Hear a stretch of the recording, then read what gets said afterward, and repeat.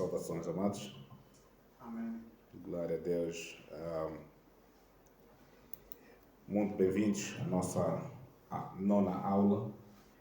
Amados, nosso tema de hoje, a importância de discipulado.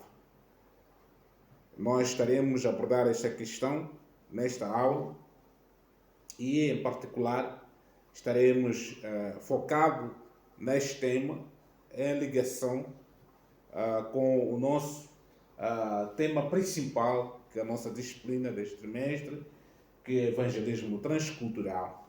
Veremos o papel do discipulado no evangelismo transcultural e o papel, a importância do discipulado no evangelismo transcultural, e assim também veremos alguns exemplos bíblicos de evangelismo, ou seja, do discipulado no evangelismo transcultural, pois a Bíblia nos também apresenta evangelismo transcultural, e não só, mas também veremos alguns métodos de discipulado, tanto métodos bíblicos que estão registrados na Bíblia, e também veremos métodos extra-bíblicos, ou métodos que foram, portanto, adotados e foram aplicados por vários missionários que os seus registros não constam na Bíblia.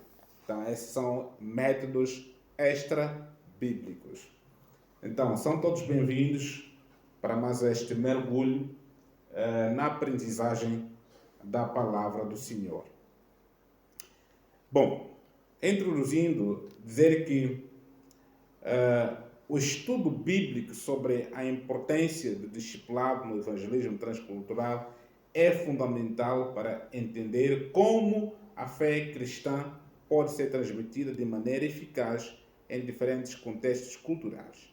Então, nós vamos explorar essa verdade, veremos o quão esta portanto, missão de fazer discípulos, como foi a ordenação de Jesus Cristo naquilo que é conhecido como a grande comissão em Mateus capítulo 28, começando do versículo 18, 19 e 20.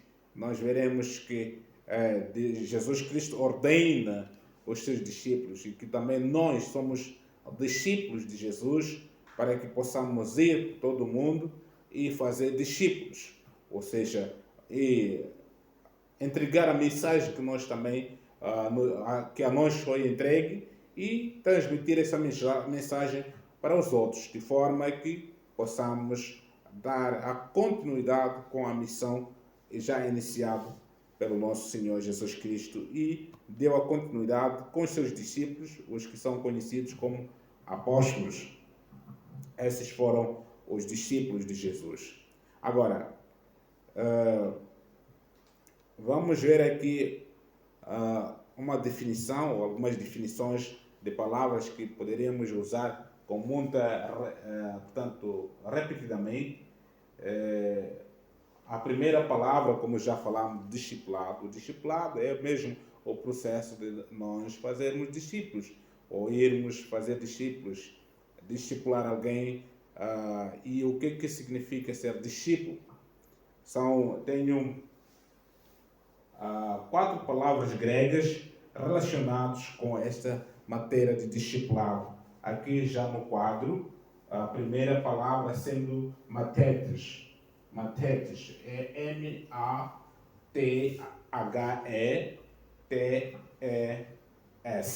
Mathetes. Ok? Mathetes. Então, esta palavra, mathetes, significa um aprendiz, um aluno, um discípulo, um estudante. Então, mathetes fala sobre um discípulo, um aprendiz, um aluno, um discípulo. Aquele que está sendo treinado, está sendo instruído.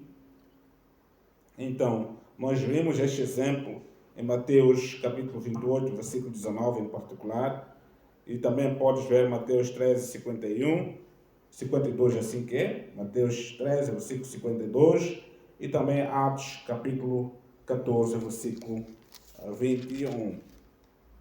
Então, matetes, o derivado desta palavra matetes, nós vimos que há uma ligação muito direta com a palavra didasco. Didasco. Esta palavra aqui. Didasco.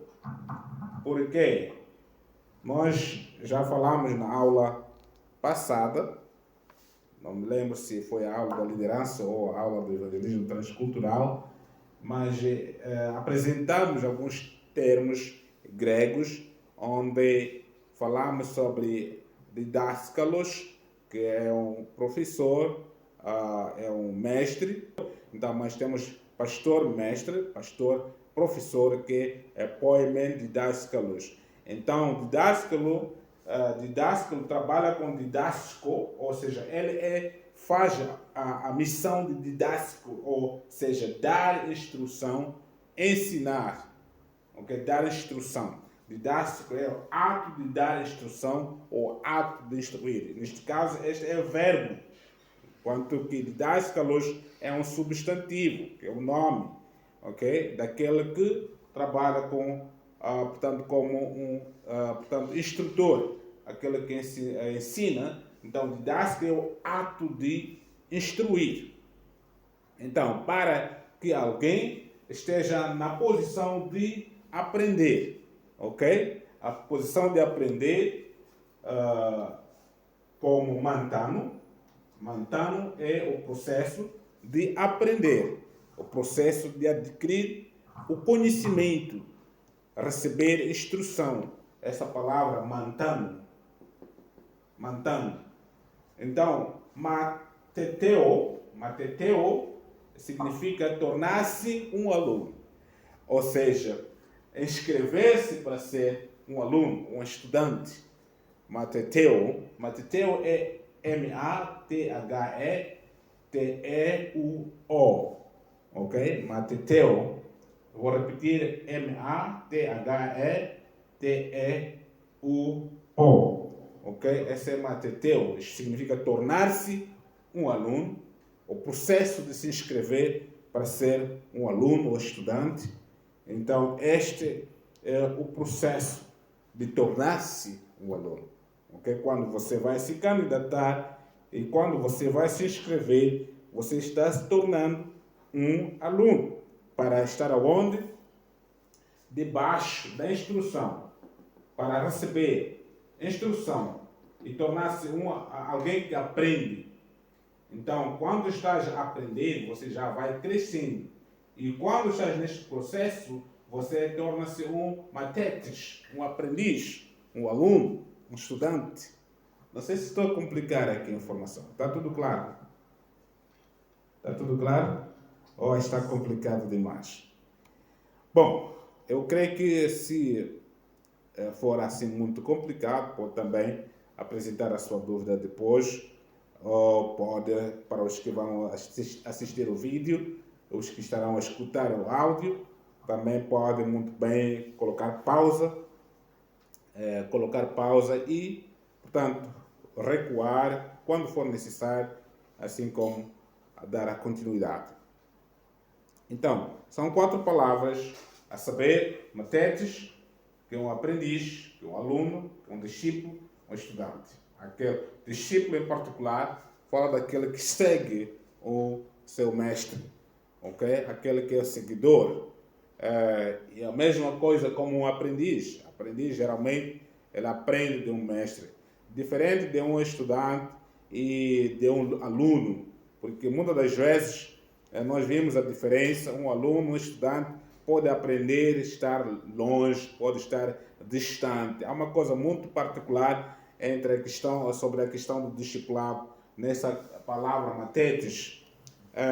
Matetes, na sua qualidade como, portanto, um aprendiz, porque geralmente a palavra matetes tem a maior ênfase na questão do discípulo ou aprendiz, Claro que aplica-se também para um aluno, um estudante, só que uma particularidade muito boa que tem que ser observado é que o matetes, na qualidade do discípulo, o aprendiz, é aquele que está sempre aprendendo numa relação íntima com o seu mestre. Ele tem uma relação íntima com o seu mestre. Então, diferentemente de um aluno, do estudante, hoje em dia que temos um sistema de estudo online ou, portanto, ensino à distância, temos estudantes que não conhecem sequer o seu, portanto, professor, ou seja, no contexto, num contacto assim direto, não tem esta intimidade. Um exemplo mais concreto, aqui no Instituto Bíblico, temos vários estudantes que estão distantes nas províncias, mesmo aqui na cidade de Maputo, ou Matola, uma cidade, Maputo província, que nunca nos vimos pessoalmente. Então, esse não é o exemplo de um discípulo. Agora, o exemplo de um discípulo, concretamente, é aquele que aprende de um mestre ligados numa intimidade, onde eles passam tempo juntos e aí o processo de aprendiz ou de discipulado acontece, porque este não só aprende a informação, não só recebe o conhecimento, mas também tem participado da experiência da vida do seu instrutor. Não sei se estamos juntos. Estamos todos juntos? Então, um discípulo geralmente tem que ter a comunhão com seu mestre. Por quê? Na verdade, se você vê 1 Coríntios capítulo 1, versículo 9, deixa-me só confirmar se esta é a referência exata.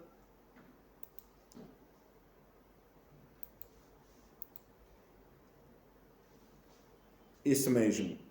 1 Coríntios 1, versículo 9, diz que fiel é Deus, pelo qual fostes chamados para a comunhão de seu Filho Jesus Cristo, nosso Senhor.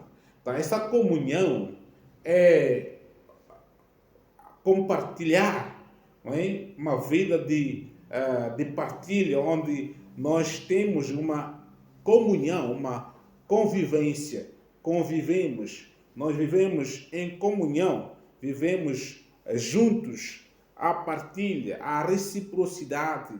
Em outras palavras, nós recebemos do Senhor, nós também podemos dar alguma coisa. Nós podemos dar alguma assistência, alguma ajuda, algum serviço, mas também recebemos do Senhor. Então, recebemos tanto o amor, recebemos o cuidado, recebemos a proteção, recebemos a instrução, recebemos a correção, recebemos a disciplina. E tudo isso nós recebemos do nosso Mestre.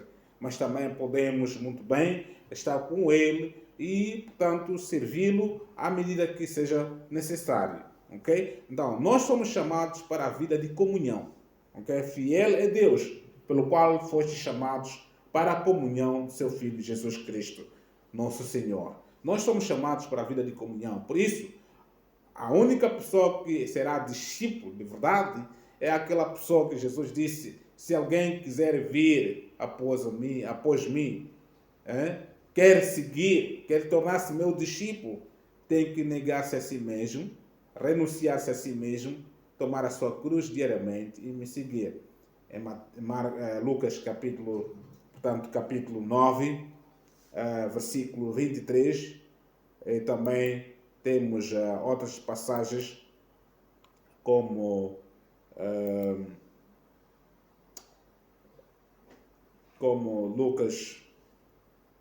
Lucas 14, versículo 26 e 27. Se alguém vir a mim e não aborrecer a seu pai, sua mãe, sua mulher, filhos, irmãos, irmãs, ainda também a sua própria vida, não pode ser meu discípulo. E qualquer que não levar a sua cruz e não vir após mim, não pode ser meu discípulo. Isto é, ele quer que o seu discípulo seja com ele, esteja aquele que o segue de perto, uma intimidade, haja comunhão. E geralmente quando alguém óbvio, tenho que aborrecer meu pai, minha mãe, minha mulher, meus filhos, meus irmãos, minhas irmãs. Na verdade, esta questão, que também está registrada em Mateus capítulo 10, nos versículos 37 a 39, a mesma questão é apresentada quando Jesus fala em Mateus capítulo 10, versículos, portanto, 37, 38, 39, diz que quem ama o pai ou mãe mais do que a mim, não é digno de mim. Ou seja, não é digno de ser meu discípulo. E quem ama o filho ou a filha mais do que a mim, não é digno de mim. Não é digno de ser meu discípulo. E quem não toma a sua cruz e não segue após mim, não é digno de ser meu discípulo. Quem achar a sua vida, perdê-la-á. E quem perder a sua vida por amor de mim, esse a achará.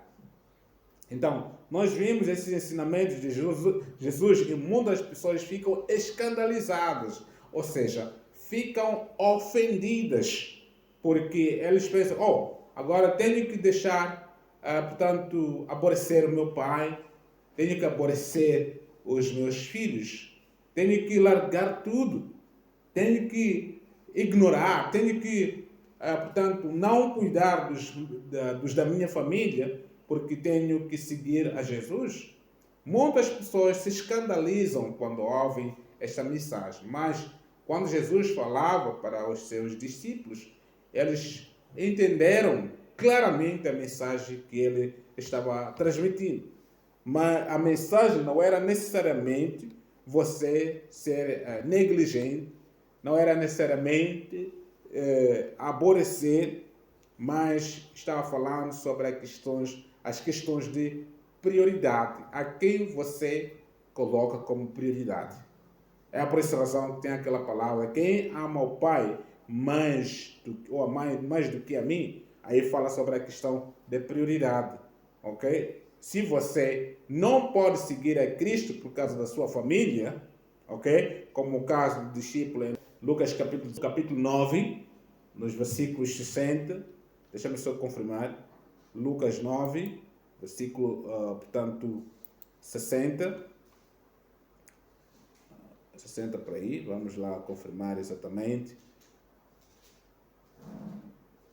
No versículo 59, para ser exato, disse o outro a outro, segue-me, mas ele respondeu, Senhor, deixe que primeiro eu vá enterrar ou sepultar o meu pai. Mas Jesus lhe observou e disse, deixe aos mortos o enterrar os seus mortos, porém, tu vai e anuncia o reino de Deus. Então, veja lá só neste exemplo de Lucas 9, 59 e 60, onde o discípulo diz, Jesus diz, segue-me. O outro diz que não, deixa primeiro que vai sepultar o meu pai. E, na verdade, não é porque o pai jazia como alguém morto na casa já, esperando pelo dia do velório, o seu sepultamento. Não. Era um senhor, era o pai que ainda estava vivo, claramente numa idade avançada, que a qualquer ano poderia morrer. Então ele estava esperando para que o pai pudesse morrer, ele poderia receber a devida herança e daí poderia seguir a Jesus. E essa é, portanto, a interpretação mais ou comumente aceita sobre esta questão quando se faz estudo do Isagog, desta passagem.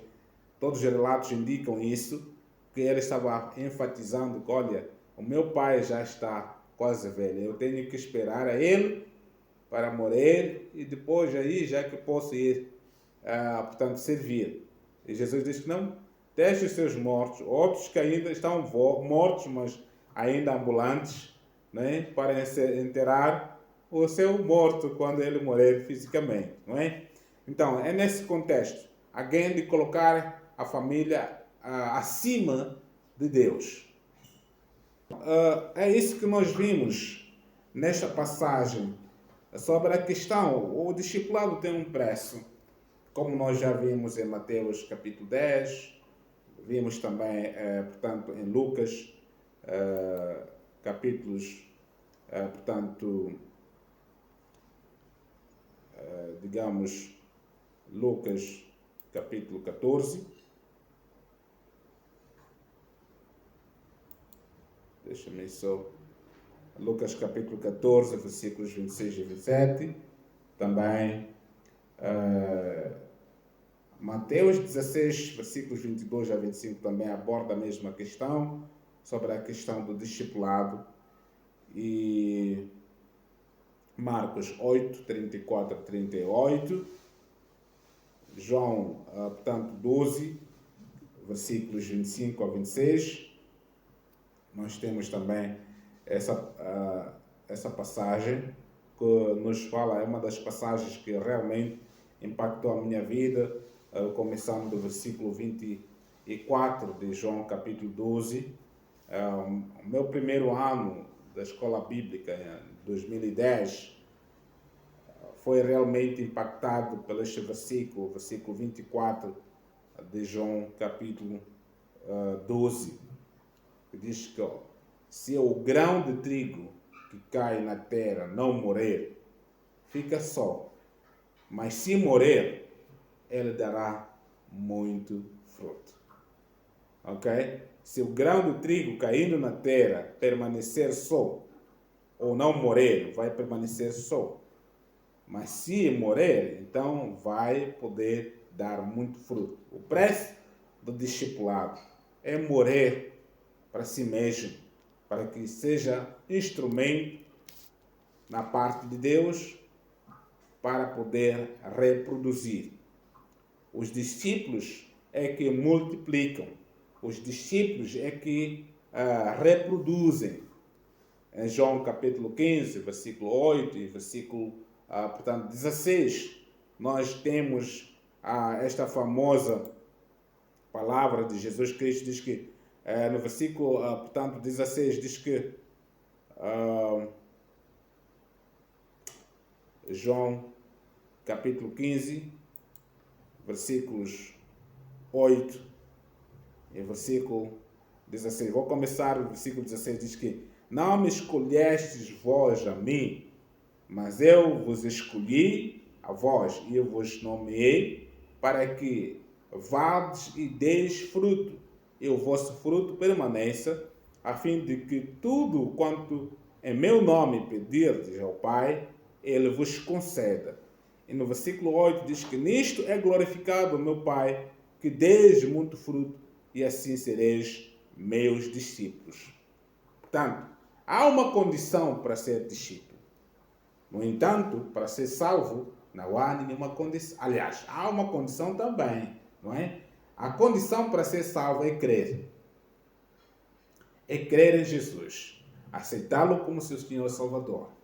Esta é a condição que qualquer um pode muito bem alcançar ou assumir esta condição, aceitar esta condição. E é uma condição que não exige nenhuma ação assim literal, no sentido de fazer uma obra, mas é uma decisão de coração, é uma decisão íntima.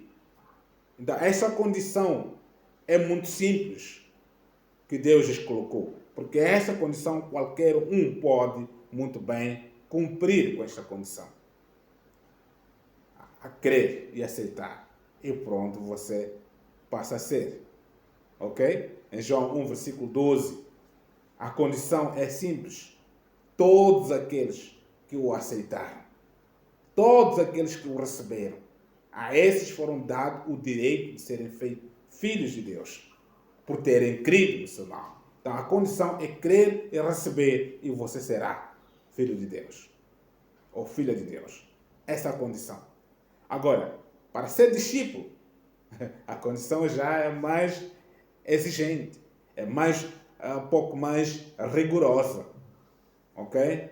É uma condição mesmo que requer uma certa radicalidade, ou seja, um radicalismo. Você tem que ser radical para ser discípulo. Aleluia. Porque normalmente as pessoas não querem colocar a Deus em primeiro lugar, mas sim as suas famílias. Então, é uma decisão muito radical para ser discípulo. Requer um radicalismo. Se você não ser radical, nunca será discípulo de verdade. Será cristão, você cristã, salvo, e você vai entrar na glória, será transformado no dia do arrebatamento, na ressurreição. Você será filho de Deus e não há questão, não há nada que se duvide quanto a isto. Se você já aceitou a Jesus Cristo, você segue a Jesus, pode ser de perto ou de longe. Você é filho de Deus ou filha de Deus. Mas para ser discípulo, há uma necessidade de tomar decisões radicais. Aleluia. Já ouvimos de islamismo, outras crenças radicais. O islamismo radical, como se diz? Uma questão do gênero.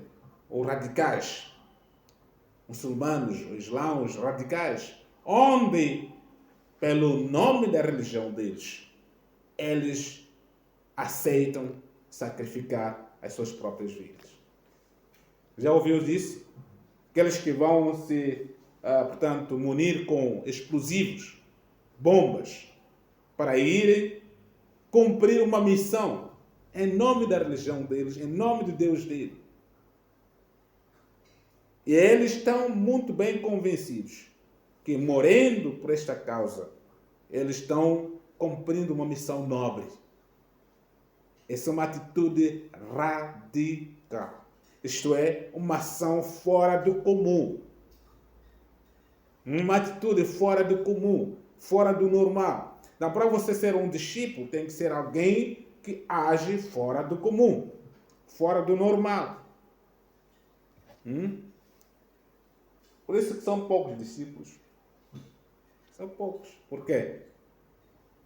Requer uma atitude radical. Não são muitos que gostam ou assumem este desafio, porque implica sacrifícios. E o primeiro sacrifício é aquele de negar-se a si mesmo, que é a coisa mais difícil. Onde você diga, assim como João Batista disse, importa que ele cresça e que eu diminua. Em João 3, versículo 30.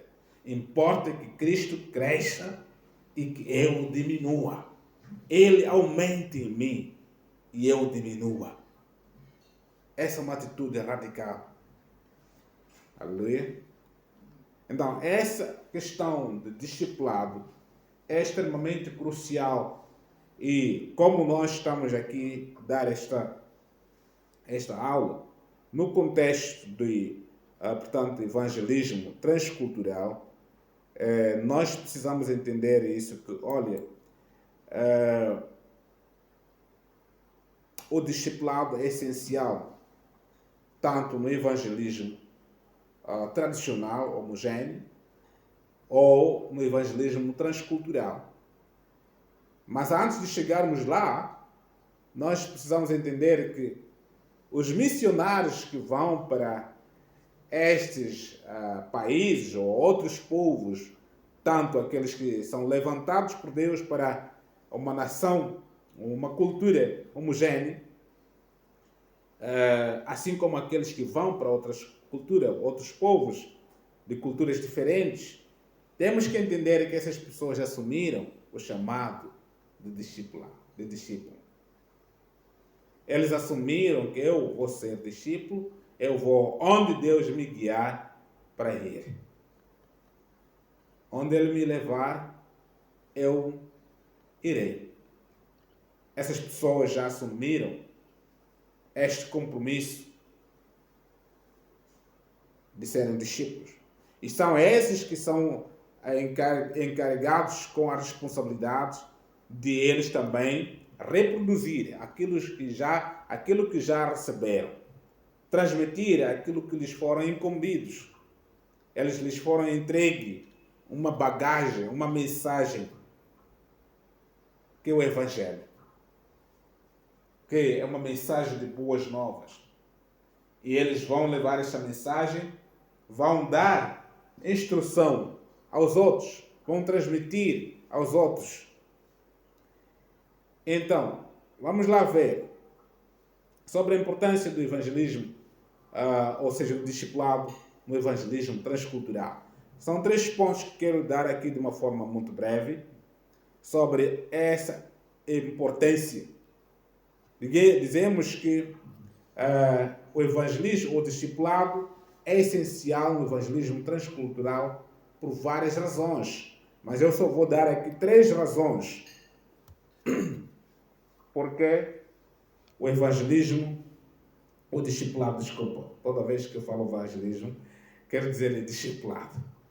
O discipulado é essencial no evangelismo transcultural por várias razões. A primeira razão, você pode colocar a linha A. Ela garante raízes e a profundidade da fé.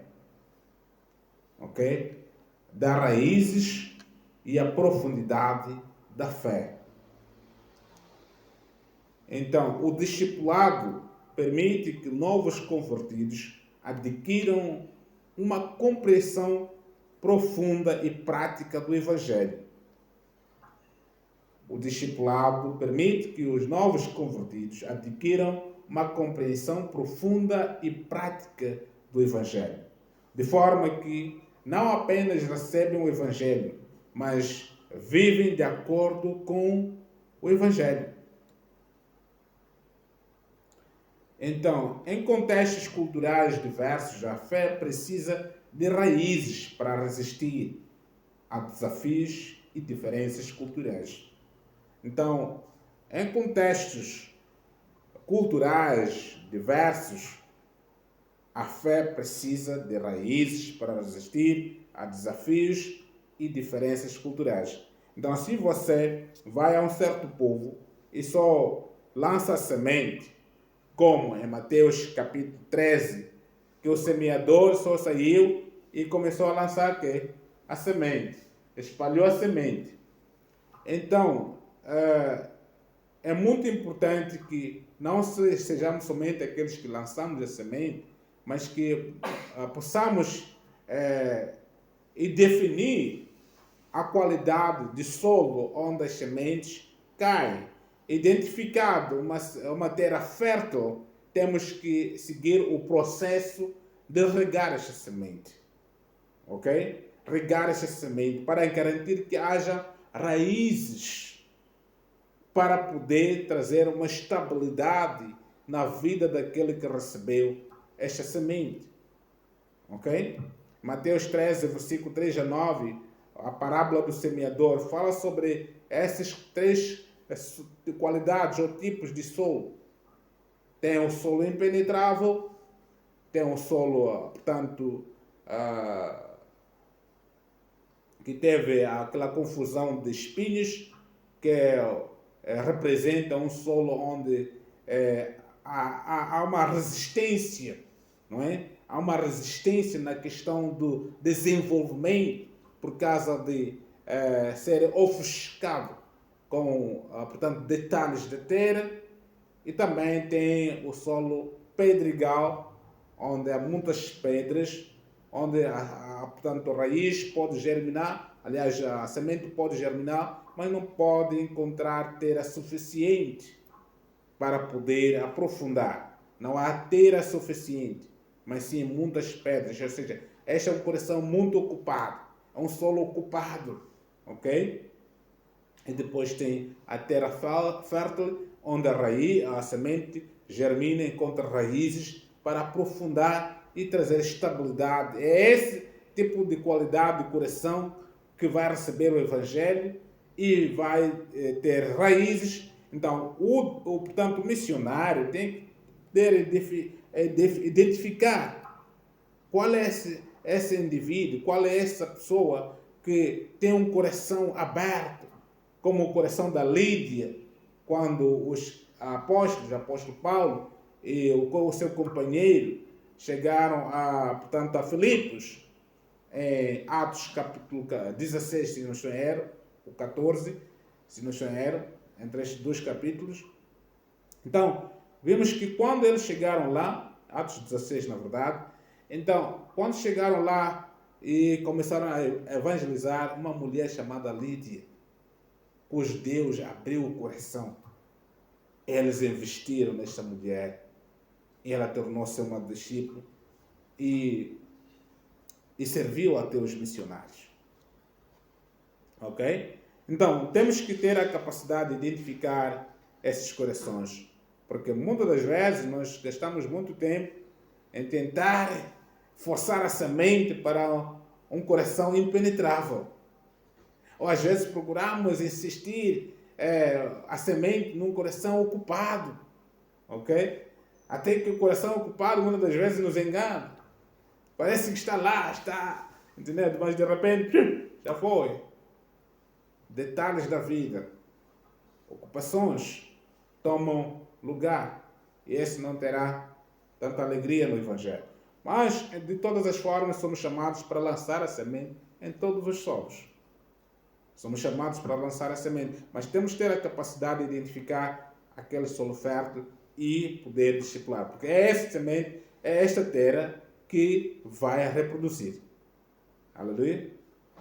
Essa terra que vai reproduzir. Então, é este exemplo que nós temos. Esta é a primeira razão. Para ter raízes ou criar raízes e a profundidade da fé.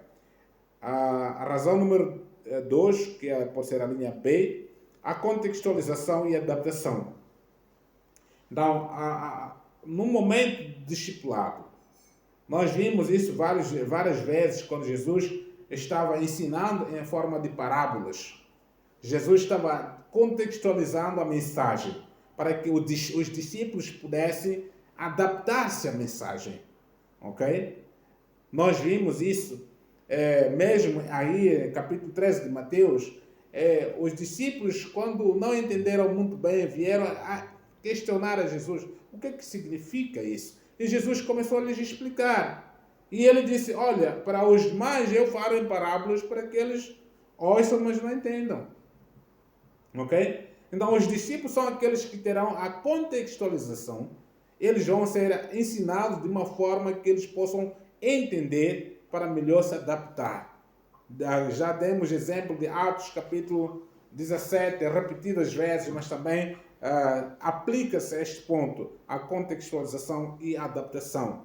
Então, onde o Evangelho é contextualizado em termos comumente conhecidos naquela cultura, naquele povo, para que aqueles que ouvem possam entender claramente a mensagem transmitida e possam se adaptar à mensagem. Lembrando mais uma vez que não prejudicando a essência do Evangelho.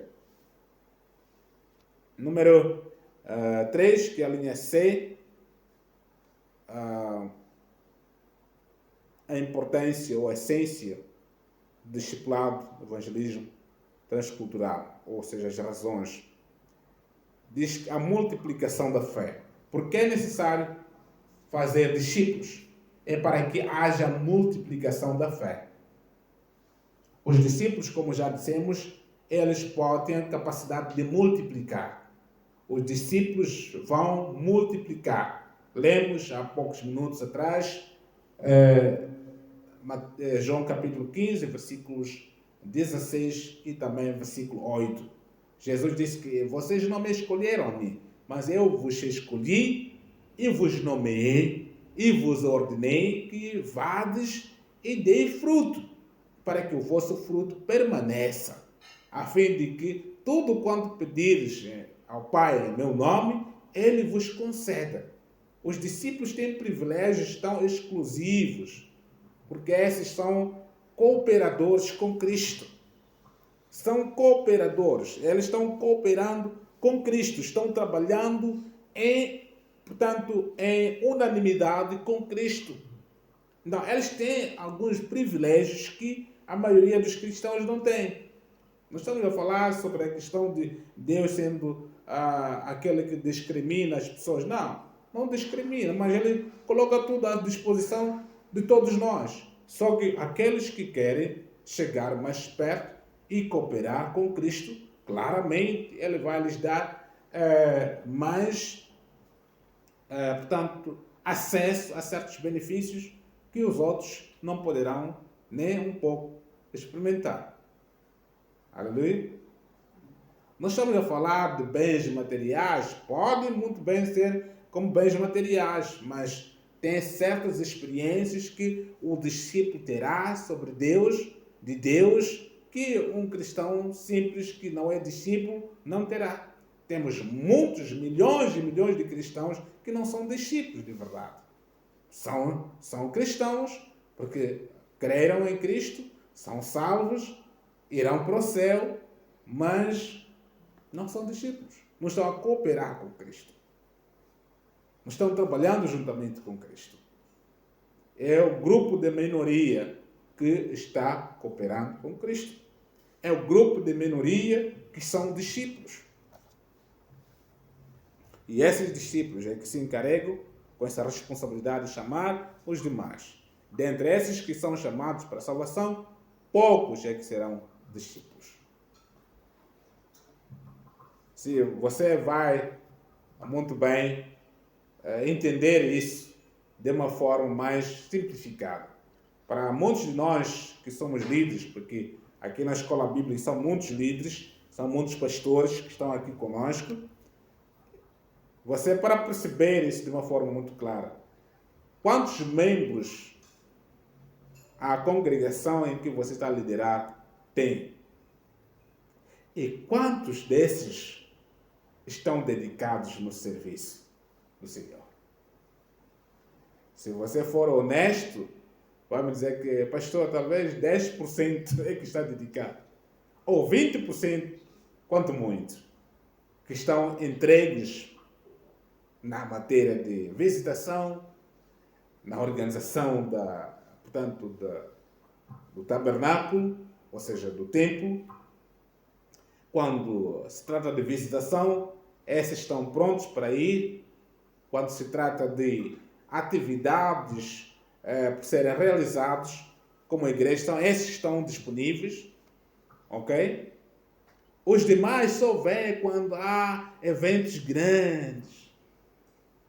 Quando se diz para algumas igrejas, como algumas nossas, quando há comunhão, quando se trata de alguns alimentos, vão aparecer. Ok? Mas quando se trata de servir, é sempre a minoria, não é isso? Pastor, pode me dar testemunho disso? Tenho muito testemunho para dar. A minha igreja também é assim, talvez são 4 ou 5 pessoas que estão dedicadas mesmo. Mas a igreja pode contar com um número grande de pessoas. Grande, por exemplo, domingo passado tínhamos, estavam me colocar, estavam me apresentar na minha igreja como pastor. Sim. Estava muito cheio. Tá.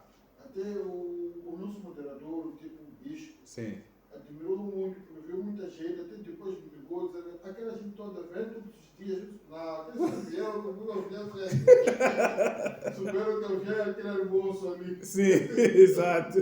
Não sei que não é possível, isso que é verdade. Exato. Aí é que o próximo domingo você deve ser avisado. Exato. Não é de ver toda aquela gente. Exato.